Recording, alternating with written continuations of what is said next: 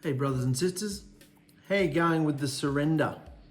Remember the surrender we talked about in our last episode in the wilderness? Yahushua draws us into the wilderness to test us, to see if we will choose him, to see if we will surrender to his provision, his protection, his reign, his control in our lives, his supremacy, or if we want the world. We want Egypt. So how are you going with the surrender? Are you surrendering to Yahushua? Everything. He wants our whole life. Are you surrendering to your husband or wife? Are you surrendering to your children? Doesn't mean you have to do everything that they want you to do. It means a person who's surrendered has no fight in them.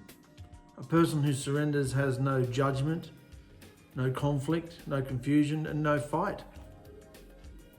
You can let everybody have it. You can let them be who they want to be. You've got no fight with them. You love them. If you've got to open your mouth, I wouldn't do that or I wouldn't do this, well, you do that. That's what you do as a parent. But as far as the conflict and argument and torment, there's an end to it because you've surrendered. Because every relationship on this earth is about this and this. And who's going to be more dominant? Who's fighting each other and who's going to be the winner. In every single communication, in every single encounter, there has to be a winner in every communication. But if you've surrendered, you're letting everybody be the winners of every conversation. You're letting them have their points, make their points more important than anybody else's. Because if they're not Yahushua's word anyway, and Yahushua's truth, it all dies in the bum anyway. So why do you have to care? Why do you have to fight to have your point? Fight to have your house in order. You can't get your house in order. You can't control the minds of everybody in your house. Why are you trying to? Surrender. Surrendering is a behavior. I've never liked that word surrender. I wanted my life the way I wanted, this and that and this and that. And even as in this experience, I thought I had to take hold of things and do things myself, but it never works. Surrender, which means you give up. You no longer have a desire to see a certain outcome. I mean, we've got goals and bills to pay and things in life that we want to see happen, but that's all up to Yahushua anyway, because he provides everything. That's what we're going to go into in this whole wilderness video today about the bitter waters and the rock and the manna and all those things that Yahushua provided for them in the wilderness. Remember, all these situations that happened in the wilderness to Yisrael are happening to us today, here, now, in the wilderness. You are in the wilderness. We're all going through the same wilderness experience. I don't care whether you're male or female, what country you're in. If you've been called, if you've been immersed into the name of Yahushua, HaMashiach, for the forgiveness of your wicked behavior, then you are on a path. You've got his Ruach in you, down payment of it, and you're in a Hebrews 12 experience. Flogging, rebuking, chastising, until we bring forth the good fruits of right behavior. Love, joy, peace, patience, all of them. They're fruits that have to grow. They don't just come naturally. So if you're on that path, you're going through the same experience as me. And there are people who are higher up and further along in the race. That's okay, because Yahushua promises to get us all there by the end, if we're willing and if we surrender. If we don't surrender, if we dig our heels in and have our own way, or if we just flat out refuse and say, that's enough, I'm stopping here, well then you've stopped. Or, and the saddest thing is, particularly when the times of testing and pressure from the world come, are you going to turn around and just go back into the world? That's the heart conditions, remember? The sower of the seed, he sows the seed on all the different hearts. Some hearts are rocky. Some of the ground is rocky. The hearts are rocky. The thorny, on the pavement. And so the seed doesn't stick. The word, Yahushua's truth his life doesn't stay in our hearts, and we fall away. There's going to be a big falling away. There is a big falling away. Just in your own walk, you can probably count on multiple hands the amount of people that you know who have fallen away, walked away, stormed off back into the world. I don't have to give up. I don't believe that. Yahushua doesn't flog us. You don't have to give up your whole life. I don't think you have to do. That's too extreme. I'm going, I'll do it my way. I'll worship Yahusha my way. Well, what are you saying? You're taking control of the reins of your life, such as it is, you know? So, surrender. I'm going to be trying to bring up that word all the time now, because I've never liked it, and I'm coming into it, because nothing works if you don't surrender. Surrender. Oh, we used to sing all the songs when we were in the churches. Oh, I surrender, yeah. None of us have. None of us want to. It's just a word. Surrender. Have you surrendered? Name the 3 or 4 or 5 biggest conflicts in your life right now, and then put the word surrender at the end of them, and think about what the outcome would be if you surrendered to that situation, surrendered to that person, surrendered to that child. Doesn't mean you don't smack bottoms when you need to, and you don't raise your voice when you need to at times. But as far as the judging and the hatred and the upsetment inside you, you surrendered. You're giving it all to Yahusha. So you're actually letting them all have it. That's a rule, isn't it? Should we be talking about those rules? You're letting them all have it.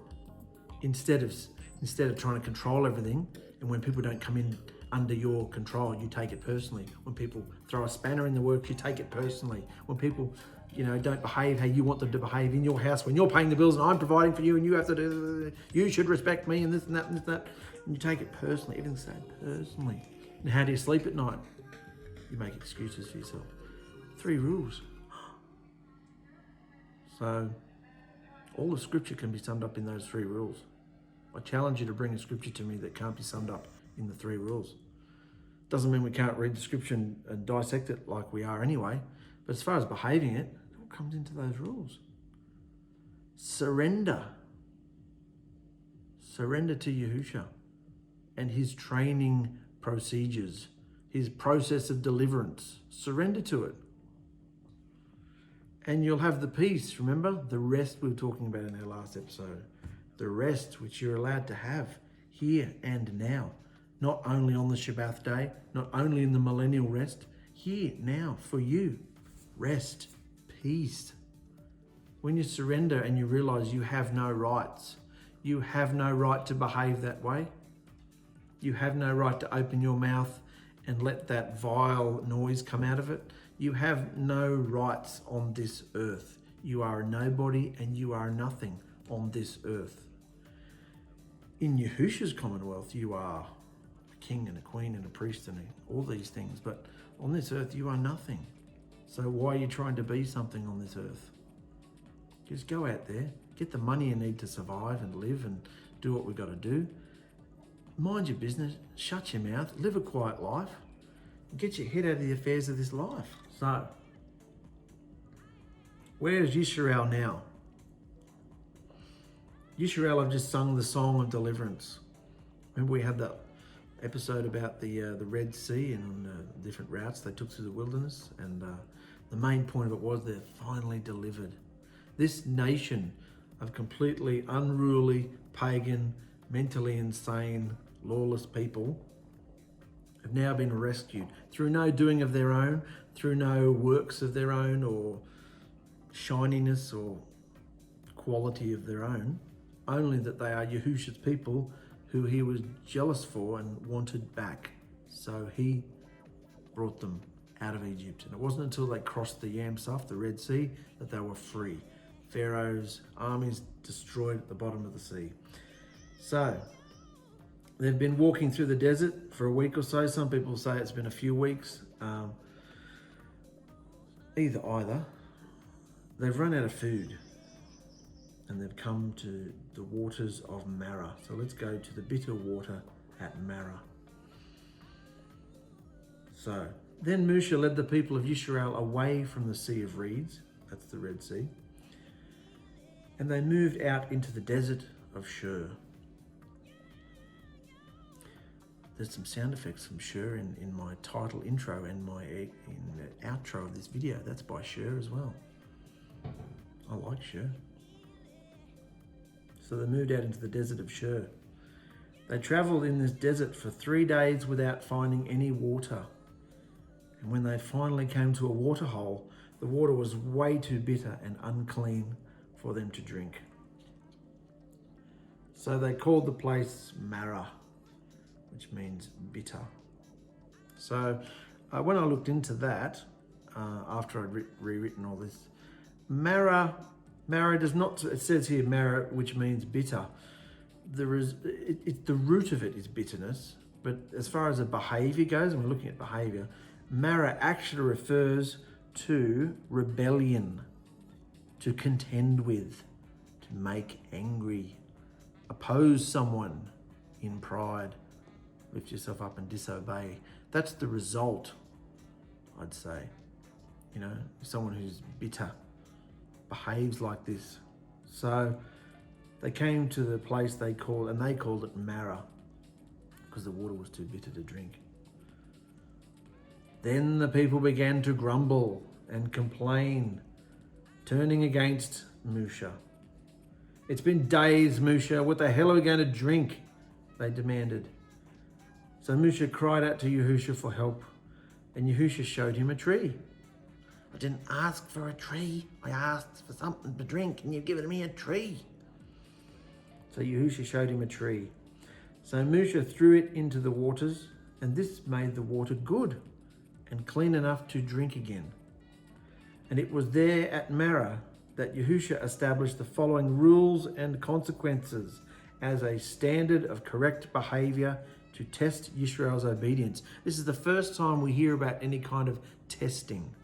The last couple of chapters, leaving Egypt, the Passover, we've seen big blocks of Yehusha's instructions starting to almost introduce himself to his people again, reintroduce himself, because they've forgotten who he is. They might know him by name, but not by, they've forgotten.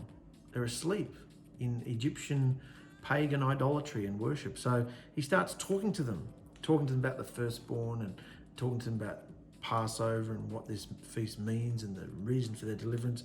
But now he's coming into rules and consequences.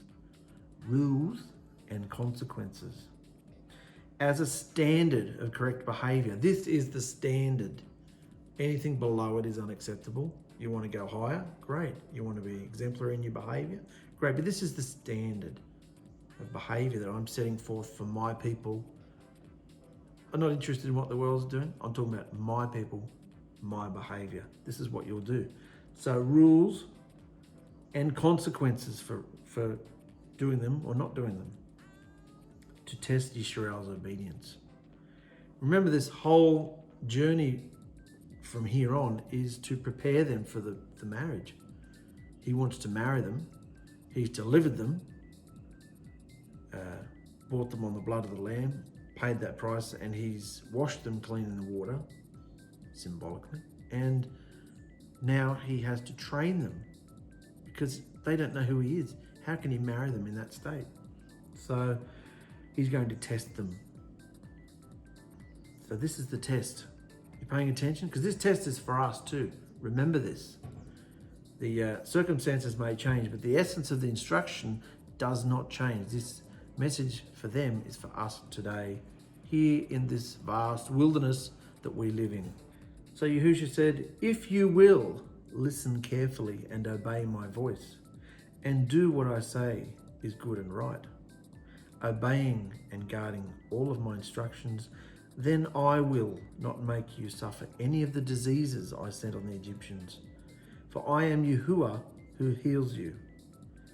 See in the bold there, in the caps? If you will, then I will. If you do this, then I will do this. It's a big if, big if. If you listen carefully and obey my voice and do what I say is good. Does that just mean do what the word says? Or does that mean do what the word says through the context and obedience of his voice? Because his voice won't tell you to do anything that's in contrary to his word. But often our understanding of the word is completely immature and flawed. So it's important to cultivate a relationship with his voice. I want to talk about that a bit later too. So if you will listen carefully, listen and obey my voice and do what I say is good. Did you know that's the only thing, that's the only good? I'm a good person. He loves me. I'm a good person. I don't need him. I'm a good person. What does it say here? You can't do anything. The only thing that's good in your life is what he tells you to do. He's the only one that's good. Nothing good can come out of these fleshly carcasses, these fleshly, flawed, disgusting vessels that we reside in, our inner being looks out of. The only good thing that comes out of it is when we hear something and do it. That is considered a good work. We're not saved by works. Yeah, but you're saved unto them. So unto that, all right? Do it. If you will listen carefully and obey my voice and do what I say is good and right, obeying and guarding all of my instructions, then I will not make you suffer any of the diseases I sent on the Egyptians. For I am Yahuwah who heals you. Interesting here in the turquoise. Unlike with Abraham, Yahushua was now putting stipulations and requirements in place for his bride. He didn't do that with Abraham. I mean, obviously, if Abraham had completely lost the plot and disobeyed and walked away, then he wouldn't have been protected either. But as far as the official covenant and the words that came out from Yahushua, there were no stipulations. In fact, he was going to take he was the mediator himself, remember? Because in a covenant, two people have to walk through the blood. And if either one of them disobeys, then they lose their life. It's a blood covenant. Remember, Yahushua was the only one who walked through the covenant with Abraham. He put Abraham in a coma, remember, asleep. And he walked through as a smoking fire in a furnace. Smoke, just like he's appearing to them now in the wilderness. So he was going to be the mediator and take the blame if anything happened in the covenant at that point. Now in the covenant, same covenant, he is bringing in some requirements because he wants his bride to behave herself. Behave yourself. Behave like a bride, not a filthy whorebag. So, he put his requirements in place for his bride. And after leaving Marah, Yisrael travelled on to the oasis of Elim,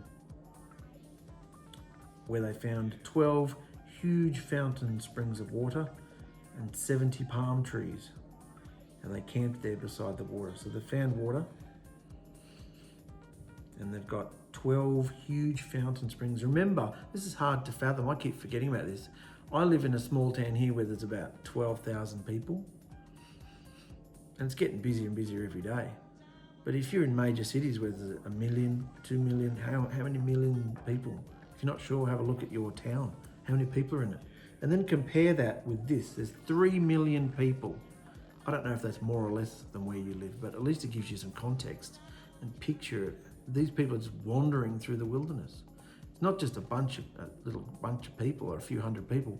3 million people. So they'd need a hell of a lot of water to survive. It says that down here. More than 10 million gallons of water per day would have been necessary to keep Israel alive. 12 fountains of water and 70 palm trees. 70 represents the nations normally. The number 70 represents the nations.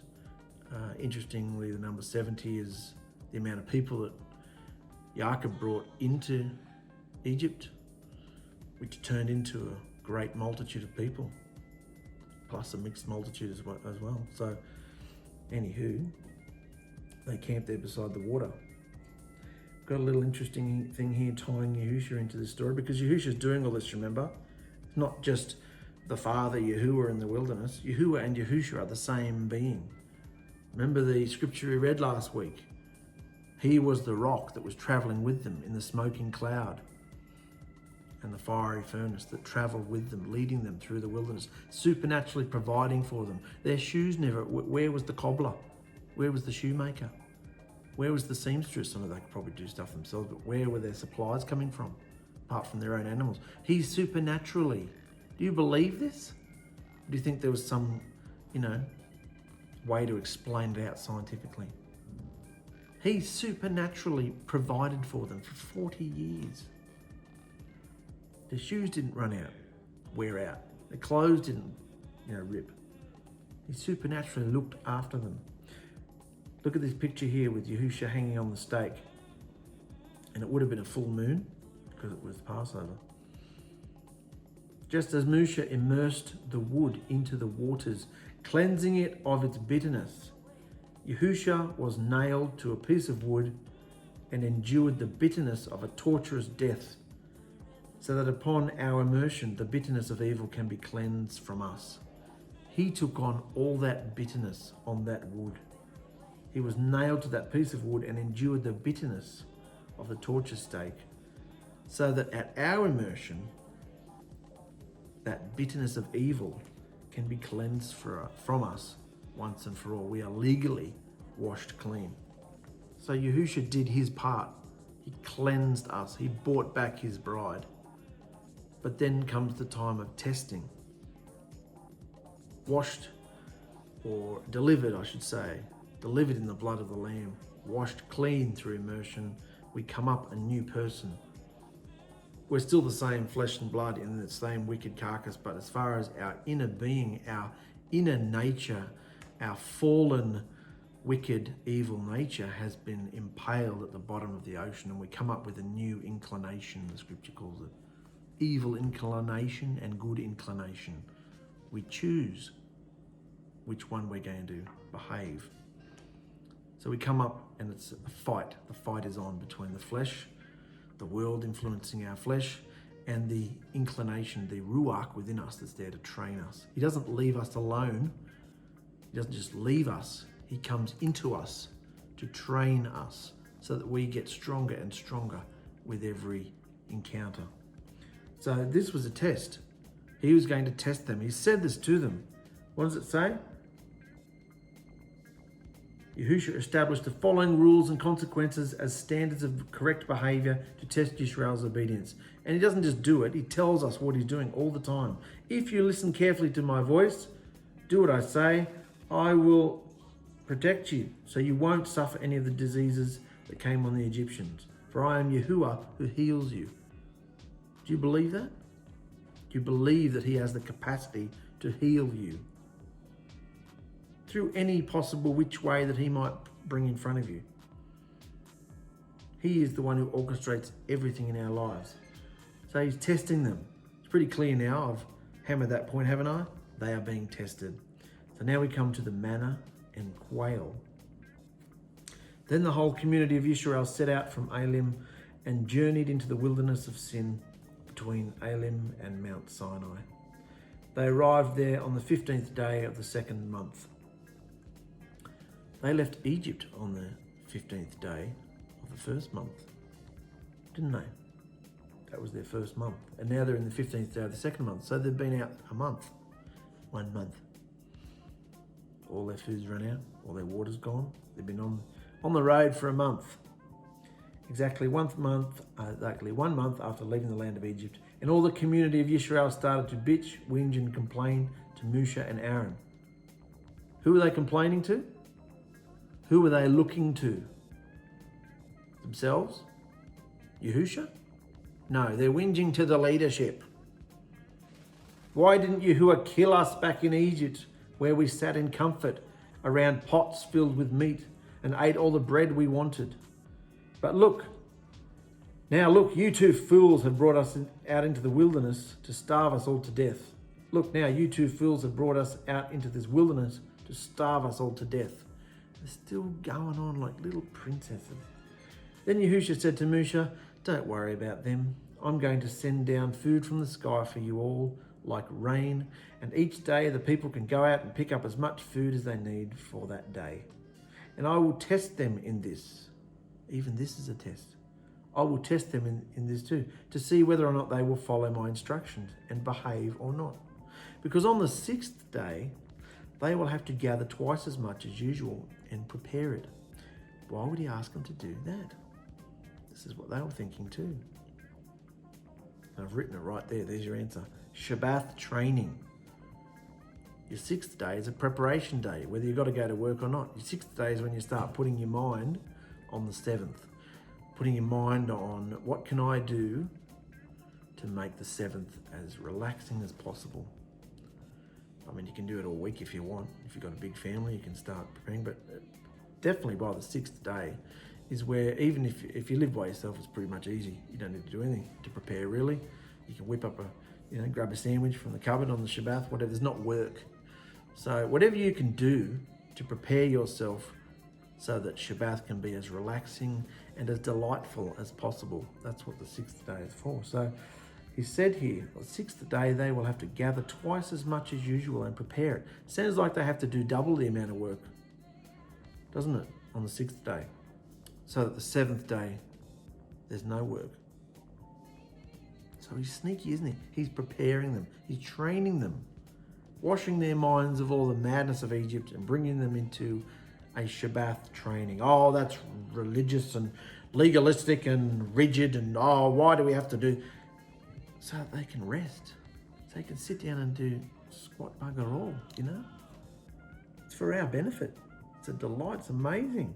Stay in your pajamas all day if you want. Stay in bed all day if you've got no one to tend to. So Moshe and Aaron said to all the people of Yisrael, when evening comes, maybe you'll finally get over yourselves. When evening comes, maybe you'll finally get over yourselves and realize that it was Yahuwah who brought you out of the land of Egypt, not us. It was Yahuwah who brought you out of Egypt. And in the morning you will see his esteem, because he has heard your disgusting complaints, which are really against him, not us. We'll just let all the traffic go past. Oh, traffic in the middle of the day.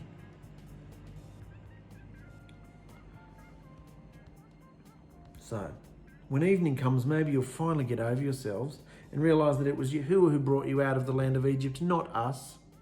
And in the morning you will see his esteem, because he has heard your disgusting complaints, which are really against him, not us. I mean, what the hell have we done for you to grumble about? Yahuwah will give you meat to eat in the evening and bread to satisfy you in the morning, for he has heard all of your precious princess whining against him. What? What have we done? You can all well and truly bugger off with your complaints about us, because we've done nothing to you. Your complaint and your fight is against Yahuwah, not us. Have you faced that? Anytime you have something to say about your children to someone else,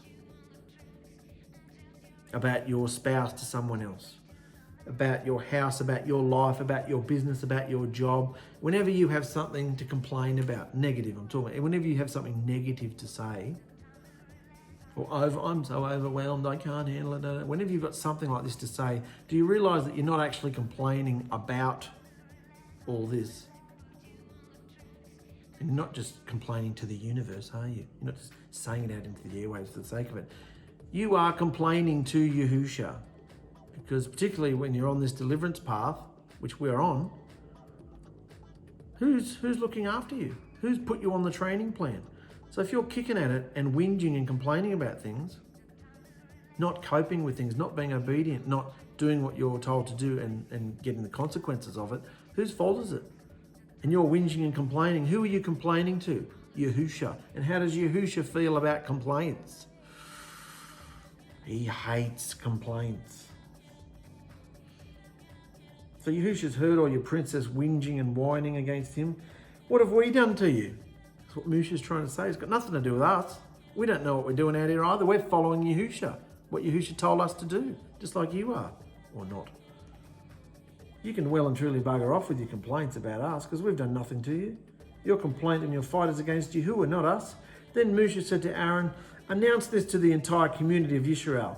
Come and present yourselves before Yahuwah, for he has heard your complaints and protest. He's heard your complaints and your protest, so come and present yourselves to Yahusha. And as Aaron spoke to Yisrael, they looked out toward the wilderness, and they could see the awesome esteem of Yahusha in the cloud. And that evening, a sea of quails flew in. What, just a couple? A sea. They swarmed. Remember the locusts were so dark they couldn't see the sun hardly? They swarmed in. A sea of quails flew in. You know what quails are? Little birds. Not huge birds, not eagles. Tiny little quails. Quails. A sea of them flew in. I mean, if there's 3 million people, I'm just guessing and thinking out loud here. If you needed 1 or 2 per meal, if you're eating once or twice a day, you can do the math. How many quails would there have been? Millions and millions and millions and millions of quails. Sea of them flying in, swarming and covering the whole camp. And the next morning, the area around the camp was, okay, so that was the quails. Then the next morning, the area around the camp was wet with dew. This is in the wilderness. The dry old wilderness was all wet with dew. But when the dew evaporated, a flaky round substance as fine as frost blanketed the ground. You know that frost you see on the grass when it's really cold? That's what happened when all this water evaporated during the day, in the morning. And the Israelites were puzzled when they saw this, and they said to each other, "What is it?" Which in Hebrew, in the Hebrew language, was manna? Man, huh? Gee, man, huh? What's that? Huh? Man, huh? So instead of coming up with some elaborate name for it, they called it manna. Manna. What is it? That's what manna is. What is it? That's what it means. For they had no idea what it was. And Moshe told them, "It's the food Yahuwah has given you to eat. Now pay attention, because this is what he wants you to do with it. Each household needs to gather as much as they need. Pick up 2 liters for each person in your tent." That's pretty specific, isn't it? Go and pick up 2 liters of this substance for each person in your tent. It was like dried, crusted up, frosted, like flaky substance. So the people of Israel did as they were told. Some gathered a lot, some only a little. But when they measured it out, everyone had just enough. Isn't that interesting? Because of all the human nature, we think, oh, well, I'm going to get as much as I possibly can. What does it say here? When they measured it out, some people were greedy and took stacks and stacks and stacks of it, and some people just took a little bit. But when they measured it out, what happened? Everyone had just enough. Then Moshe told them, "Don't keep any of it in the morning. Don't keep any of it till the morning. Don't keep it. Don't keep it overnight." It was full of maggots and had a terrible smell. So they couldn't hide it because it had a terrible smell. And Moshe was furious with them. He's just a man too, remember? Trying to lead this rabble. He was furious. They can't even do what they're told. So after this, the people gathered the food morning by morning, each family according to its needs. And as the sun became hot, the flakes they had not picked up melted and disappeared. On the 6th day, here we go, this is the 6th day, they gathered twice as much as usual, 4 liters for each person instead of 2. Then all the leaders of Israel came and asked Moshe for an explanation, and he told them, "This is what Yahuwah says. Tomorrow will be a complete rest, a day of complete rest." So when they went and asked what the hell for, Moshe said, "This is what Yahuwah says. Tomorrow will be a day of complete rest, a Shabbat, set apart to Yahuwah." To who? To Yahuwah. Is it our day? Is it Moshe's day? It's Yahusha's Shabbat. He owns it. He created it. He did it himself. It's his day. So don't make excuses or let replacement theology or any other BS come in the way. This is Yahusha's day. He set it apart, everlasting. No matter what covenant you think you're in, what lie you've been fed, because it's the same covenant from beginning to end.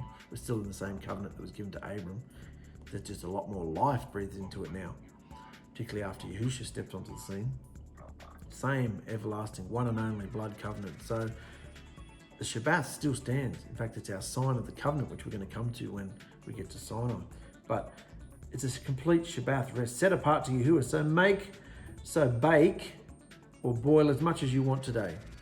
Bake and boil as much as you want today and set aside what is left for tomorrow. So this is the only day where you're allowed to keep it overnight. Keep as much as you want for tomorrow, because tomorrow there's no going out. There's no work, there's no preparation. They put some aside until morning, just as Musha had instructed, and in the morning, the leftover food was wholesome and edible, without maggots or odour. Funnily enough, when you do what Yahusha says, things work. And Musha said, eat this food today, for today is a Shabbat dedicated to Yahuwah. There will be no food on the ground today. You may gather the food for 6 days, but the 7th day is the Shabbat, and there will be no food on the ground that day. So, what you think. It's about listening to his instruction and doing it. All right?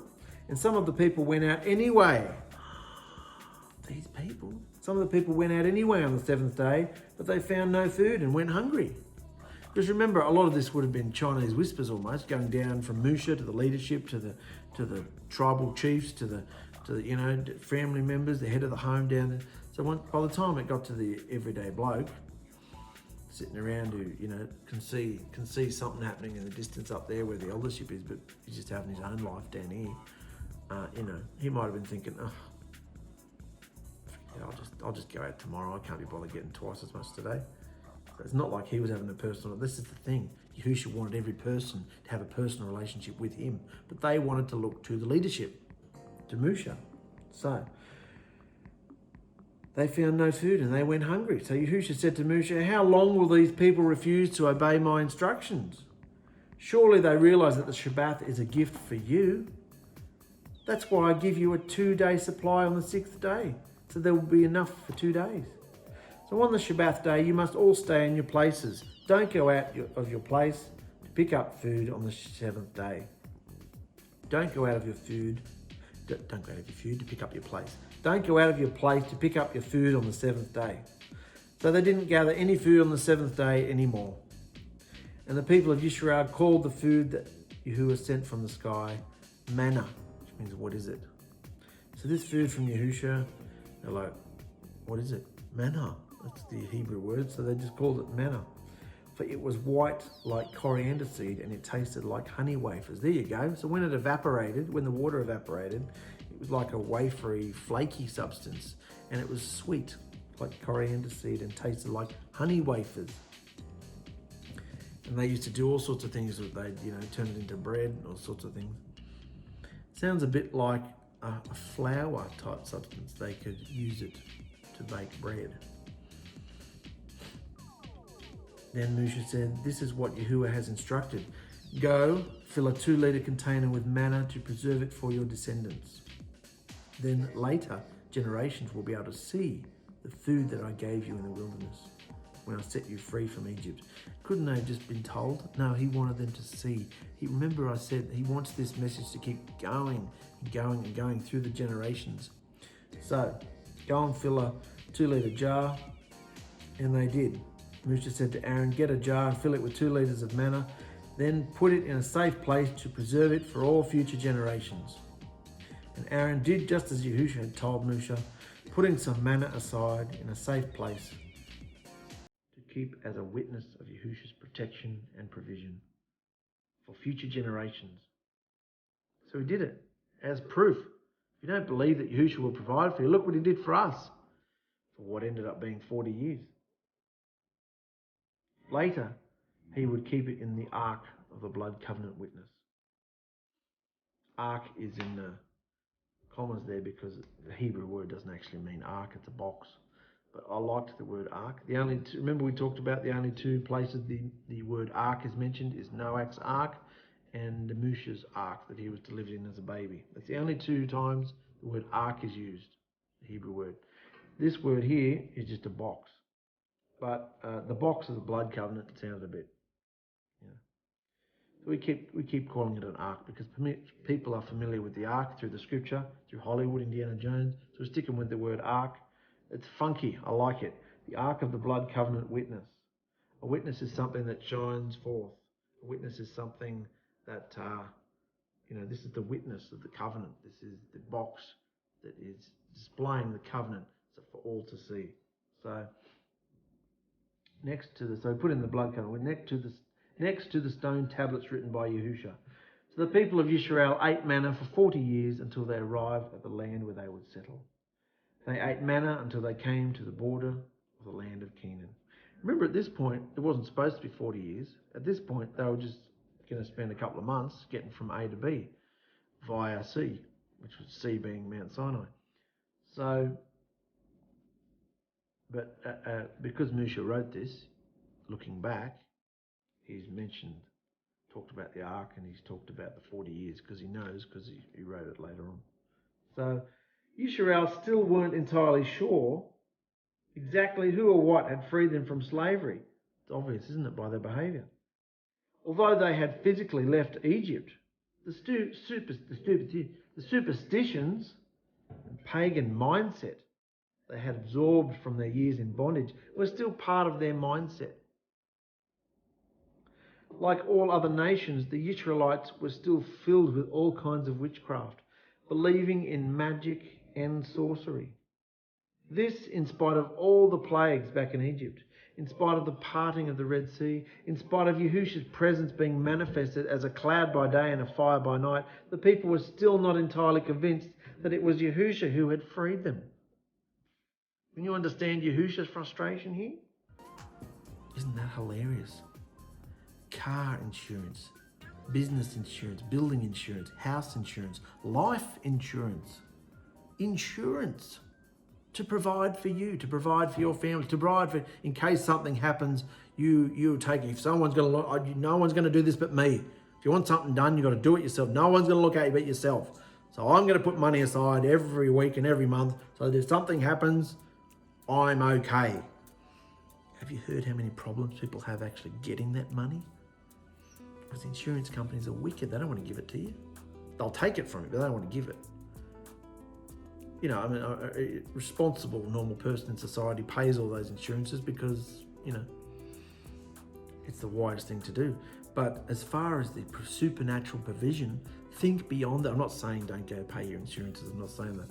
I'm saying think beyond that. Is that where your belief is? Is that where your provision is? Is that where I can sleep peacefully at night because I know if something happens, I'll be okay? Is it because of money? I've read a few money books lately, the last few months, where they say, put a few grand in the bank so that you know if something happened. And it doesn't exist. It's in a place where no one can touch it. You don't have access to it. So if some, fire torches through your house, you'll be okay or whatever. I just think, imagine living like that. Imagine, not the part about saving money, but imagine the part where you think that's going to help you. Imagine the part where you are relying on money. This is the provision. This whole episode is about supernatural provision. Obviously, we've got to go out into the world. We've got to pay our bills and buy our food and feed our families and pay all the bills and insurances and all the things you've got to pay. But I'm saying, is that where you find your peace? Is that where you can go, I can rest, I can sleep at night knowing that if anything goes wrong, I'll be okay?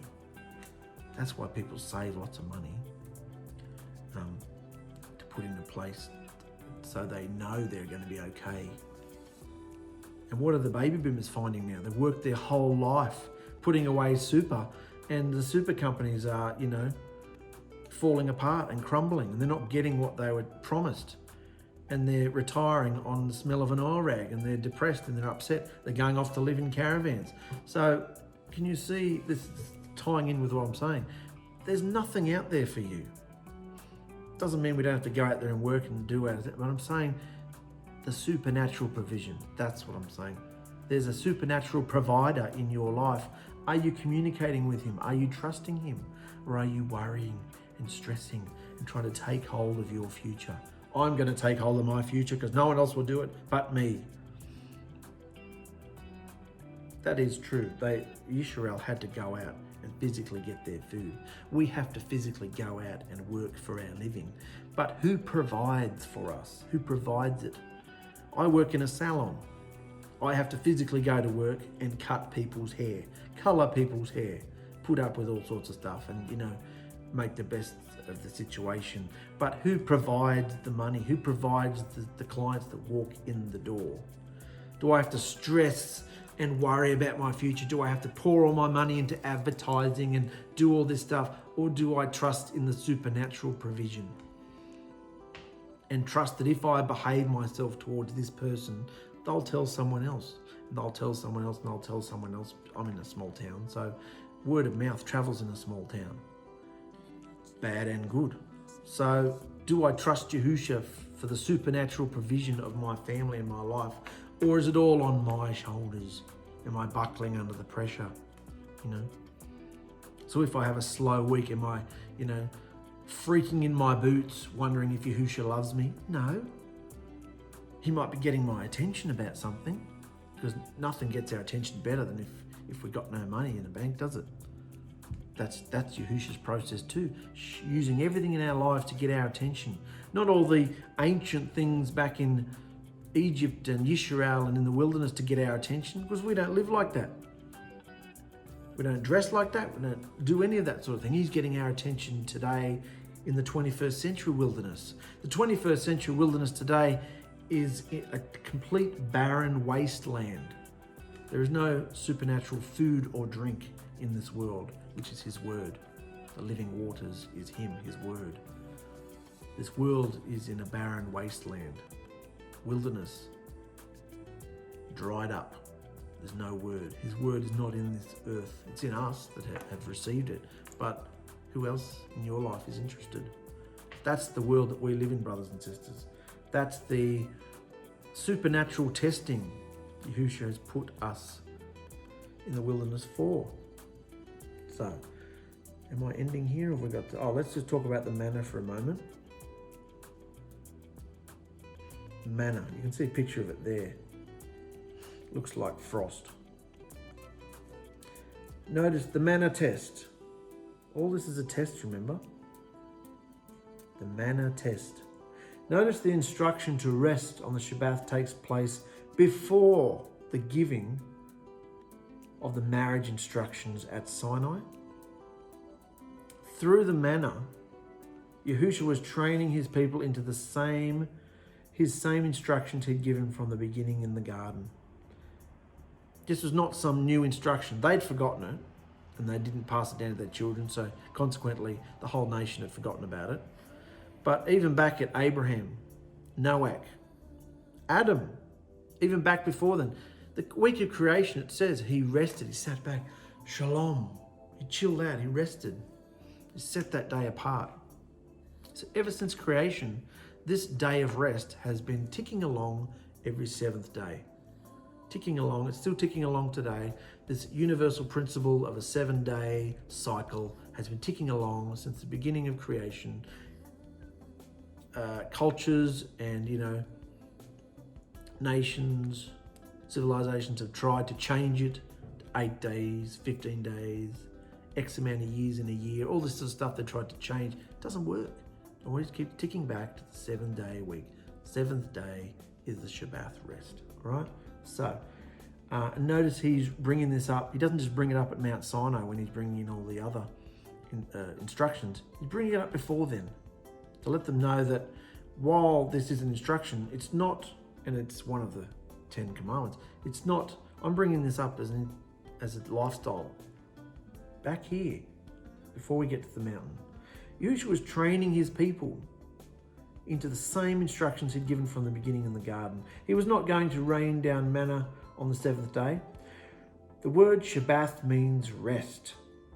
So the people were allowed to prepare the manna any way they wished, as long as this work was completed before the end of the 6th day.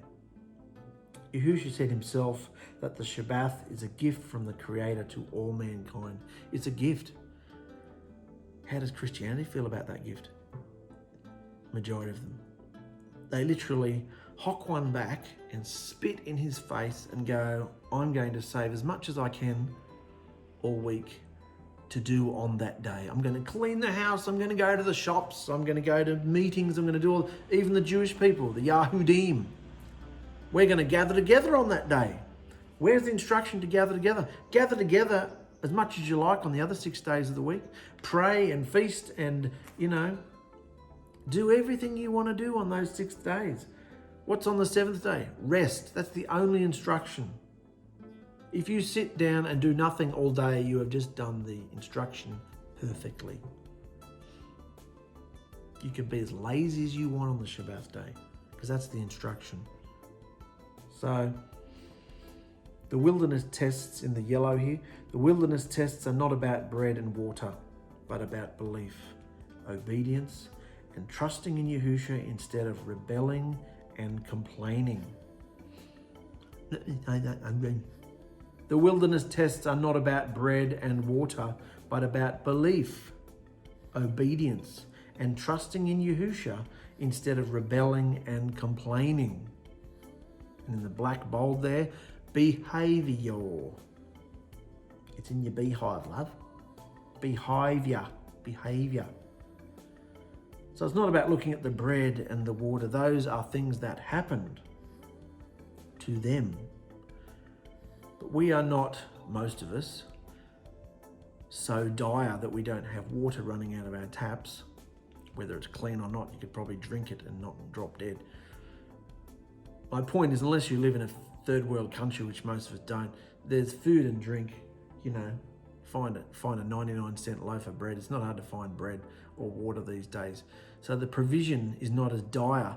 But because we are in the first world, America or Australia or England or UK, we have certain standards of food and eating, don't we? Oh, we'll eat that. Oh, that's not what I feel like today.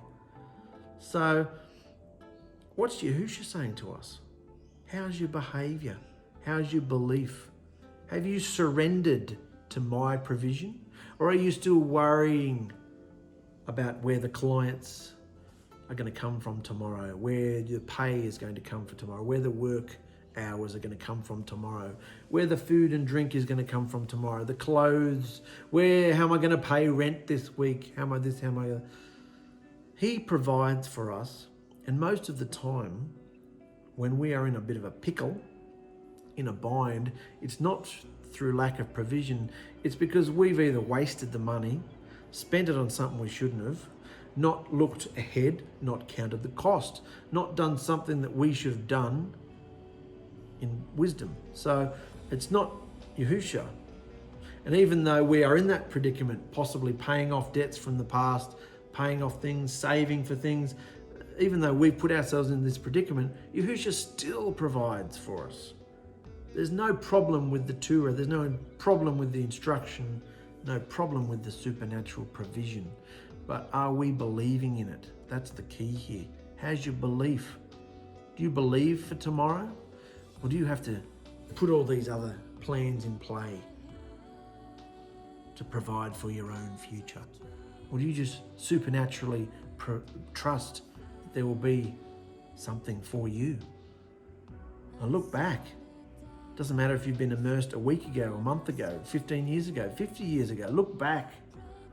Has he ever let you down? He's never let me down. I've let him down thousands of times, but he's never let me down, ever. And the only hardships or financial things I go through now are my own consequences. But he still provides the clients, he still provides the money, no matter how my behavior's been since I've met Yahushua, no matter how many clients are possibly offended at my behavior over the years, he still provides for me and my family, because he promises, remember?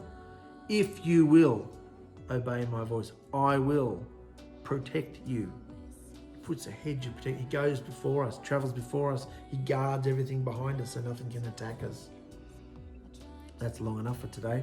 We're going to go further into this whole idea of supernatural provision in our next episode when we come to the water flowing from the rock. I love you guys. Surrender. Bring this all back around to surrendering. You don't have to worry about your life. It says that in Matthew 6 or 7. Look at the birds. Doesn't he love them and care for them and provide them food and drink? How much more important are you than birds? How much more important are you watching this than all the rest of mankind? Because you're not just one of the goyim. You are his treasured possession, the apple of his eye. You are his bride. You've been grafted into Yisrael. So how much more precious are you to him? He won't let you die. Why would he take you through all this? Just to snuff you out. He's looking after you, supernaturally providing for you, supernatural food and drink. And of course, the supernatural food and drink is him. We didn't get to those scriptures. We'll get to them next episode about where Yahushua says it's not about the food and drink, it's about me. I am the bread. I am the water. Partake of me and you'll never hunger or thirst again. You'll be satisfied. You won't be insatiably hungry, because that's what's out there in the world. They're never satisfied. Billionaires are trying to be trillionaires. Trillionaires are trying to be gazillionaires. They're never satisfied. So be satisfied in who you are right now and keep running your race. Keep overcoming the wickedness that's in us. And I'm going to go more into this. Will be part 1. We're going to go more into this next episode, guys. I love you. Stay strong. Bye.